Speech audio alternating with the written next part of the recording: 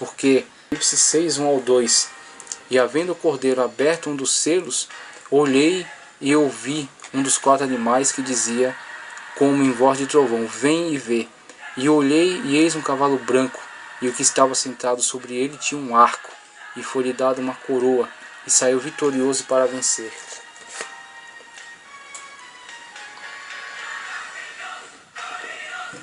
Veja bem, foi-lhe dado um arco, foi-lhe dada uma coroa, saiu vitorioso e para vencer.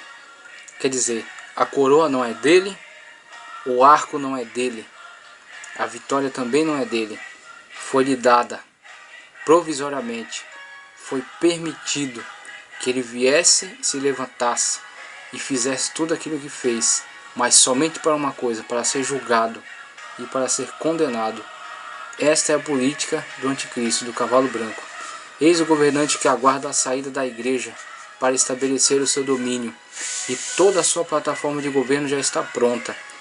É exatamente este selo que está prestes a ser rompido. Basta a última pessoa que tem que ouvir o evangelho, e pode ser que a qualquer momento isso se cumpra, isso se realize. Basta que a última pessoa ouça, a igreja suba com o Espírito Santo e o selo será aberto, e o anticristo assumirá aquilo que já está pronto para ele. Com as 2 grandes guerras mundiais foi possível criar a ONU, que organiza os países debaixo de um comando mundial e que não tem força de comando até que o iníquo assuma a cadeira. Então a estrutura já está pronta, e é interessante que ela seja fraca mesmo, é interessante que ela não tenha governo mesmo, mas a estrutura está pronta, e quando vier o governante, ele vai encontrar tudo pronto para a sua obra. Com as revoluções industriais e econômicas, os países estão a cada dia se agrupando dentro de blocos econômicos e unificando suas moedas, até o momento em que for retirada de circulação o dinheiro físico e todos se submeterem ao dinheiro virtual da moeda única. E aí é coisa que a gente não precisa fazer grande esforço, né? Todas as pessoas têm visto isso. O desaparecimento do cheque, o desaparecimento do papel moeda e a supervalorização do dinheiro virtual. Agora, o dinheiro virtual é extremamente fácil de ser controlado. Para que você tenha acesso a ele, você tem que ter o cartão com a tarja magnética. Só que logo está às portas aí, quando alguém chegar para você e disser, olha, não é mais assim, a gente não vai aceitar mais o seu cartão. Agora a gente vai implantar um chip na palma da sua mão direita ou na sua testa. Se você quiser, vai ser assim. Se você não quiser, também vai ser assim. E pronto, e ponto final. Quem não aceitar, vai ter que pagar o preço.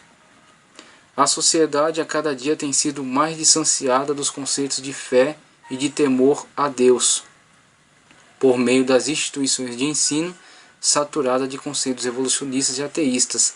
A sociedade está sendo preparada para este conceito de vida.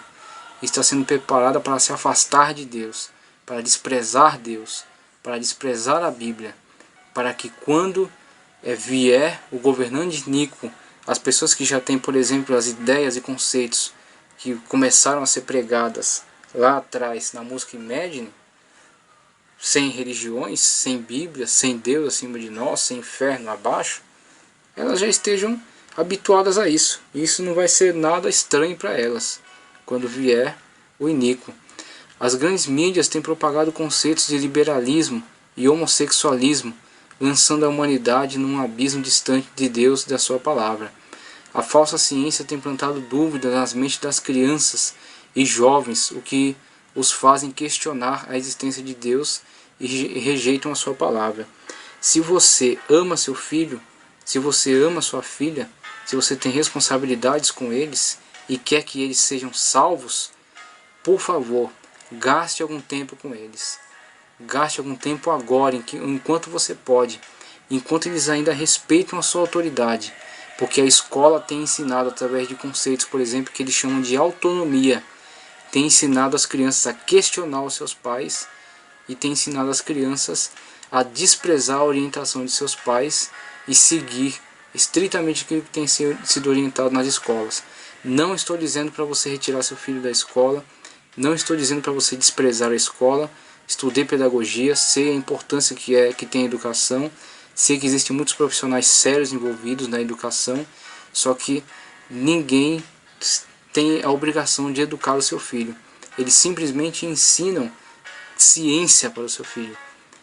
Eles simplesmente ensinam práticas de escrita, conta, contabilidade, ciências, arte, somente isso. Quem educa seu filho é você.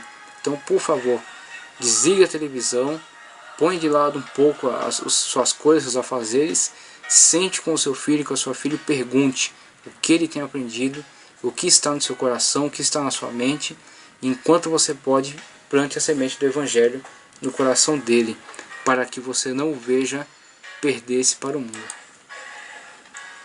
Aí a ONU, essa grande estrutura pronta para receber o grande líder mundial, que ainda não tem um líder forte e nem terá, porque essa cadeira será ocupada por ele. E estão aí os blocos econômicos, o BRIC, por exemplo, que é um dos mais novos, Brasil, Rússia, Índia e China. Então, os países hoje, por mais numerosos que sejam, por favor, coloque na sua mente isso, entenda. Os países, por mais numerosos que sejam, por mais diferentes que sejam, religiões diferentes, línguas diferentes, culturas diferentes, não interessa o quanto diferente que sejam, eles têm que estar alinhados dentro de blocos econômicos. E esses blocos econômicos governam a situação política e econômica. Brasil não tem nada a ver com Rússia, que não tem nada a ver com China, que não tem nada a ver com Índia. São países completamente distintos, só que, independente das suas distinções político-ideológicas, eles têm que se alinhar debaixo de um mesmo bloco político-econômico para ter expressão no mundo. E o que significa isso? Eles entregam as suas leis, a sua política, a sua forma de governança a um líder comum que administrará este bloco econômico. Então o que vale para um vai valer para todos que estão dentro desse bloco.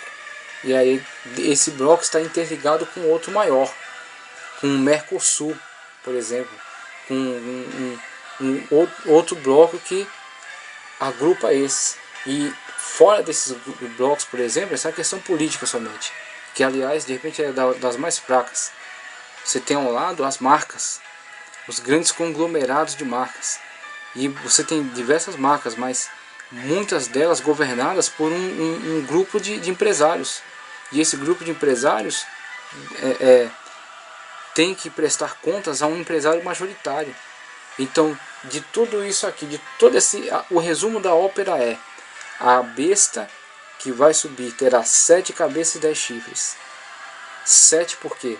Imitando sempre aquilo que é da parte de Deus. Então por isso que ela adota o número 7. O que ela diz com isso? Está plena, está completa. A besta que assume as características daqueles 4 animais de Daniel, e ela tem 10 cabeças. Porque ela tem 7 cabeças. Por que ela tem 7 cabeças? Porque ela está dizendo: eu estou completa, eu estou plena. E ela tem 10 chifres. Por que ela tem 10 chifres? Porque ela tem um grupo reduzido de lideranças, de líderes.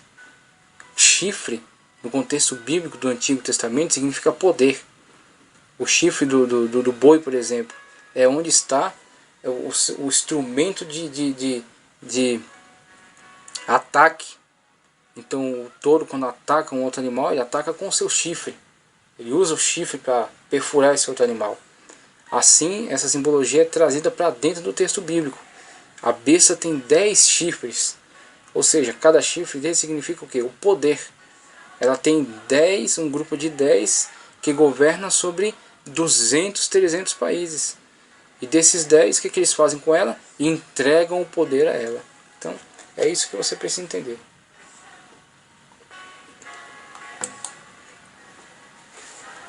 A economia mundial é reorganizada com base no dinheiro virtual e nos microchips.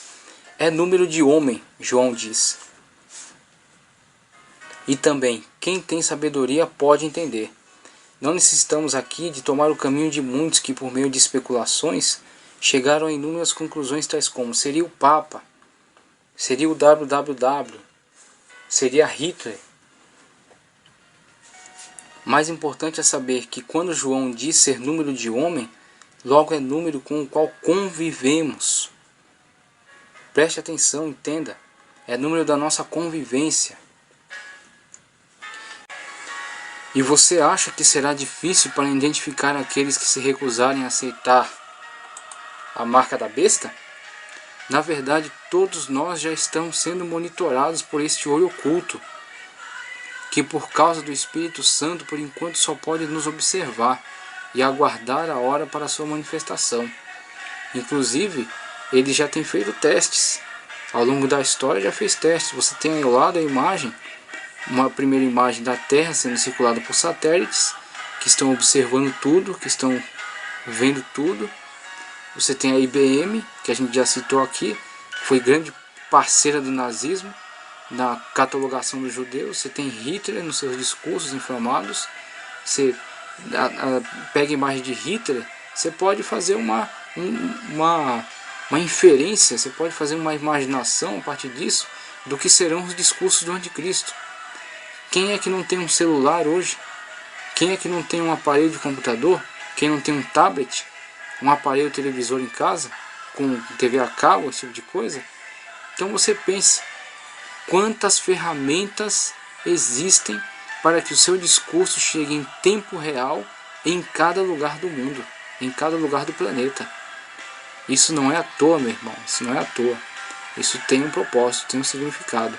E você vê a imagem mais abaixo, os corpos dos judeus que foram capturados e foram mortos covardemente pelos nazistas. Isso foi um teste muito bem sucedido. E esse teste bem sucedido será aplicado quando chegar a hora interessante para eles. E para quem continuar a duvidar da eficácia de Satanás em estabelecer o seu governo por meio do anticristo, eu lhe digo que ele já testou o seu sistema e comprovou a sua eficácia. Durante a Segunda Guerra Mundial, um dos piores anticristos que já houve, Adolf Hitler, contou com a imensa colaboração de uma empresa de informação chamada IBM para criar dados catalogados de todos os judeus que viviam na Alemanha. Pronto o trabalho, todos foram transferidos para campos de concentração, onde milhões foram mortos no episódio conhecido como Holocausto. Agora vamos dar uma olhada panorâmica sobre os fatos que são elencados no Apocalipse e que devem ser objeto de estudo específico. Por exemplo, estabelecimento da religião universal, Apocalipse 17. E veio um dos 7 anjos que tinha uma das 7 taças, e falou comigo dizendo: Vem, mostrar-te a condenação da grande prostituta, que está sentada sobre muitas águas, com a qual se prostituíram os reis da terra, e os que habitam na terra se embebedaram com o vinho da sua prostituição. E levou-me em espírito a um deserto, e vi uma mulher assentada sobre uma besta de cor de escarlata, que estava cheia de nomes de blasfêmia, e tinha 7 cabeças e 10 chifres, e a mulher estava vestida de púrpura e de escarlata, e adornada com ouro, e pedras preciosas e pérolas, e tinha na sua mão um cálice de ouro cheio de abominações, e da imundícia da sua prostituição, e na sua testa estava escrito o nome, Mistério, a Grande Babilônia. E aí você pega as religiões místicas, religiões de mistério, os cultos de mistério, os cultos ocultistas, né? Aquilo que está não completamente revelado, mas que é revelado um trecho, uma parte, para chamar a atenção, e aí só então depois vai sendo aos poucos revelada a sua verdade. Esse mesmo mistério é que participa, é que está presente na atuação dessa prostituta, a mãe das prostituições e abominações da terra. E vi que a mulher estava embriagada do sangue dos santos e do sangue das testemunhas de Jesus. E vendo eu, maravilhei-me com grande admiração. Esta mulher que João vê montada sobre a besta, nada mais é do que o estabelecimento da religião universal do anticristo. Esta religião que já está presente no mundo.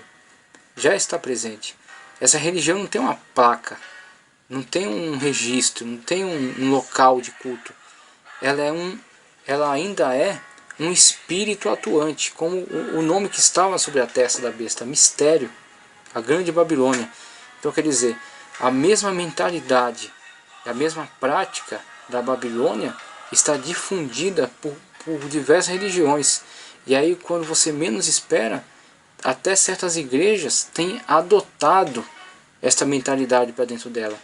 Quando certas igrejas começam a colocar a Bíblia de lado e começam a adentrar por certas práticas místicas, começam a adentrar por certos conceitos místicos, começam a adotar certas lógicas extra-bíblicas, o que estão elas fazendo senão se filiando a esta religião?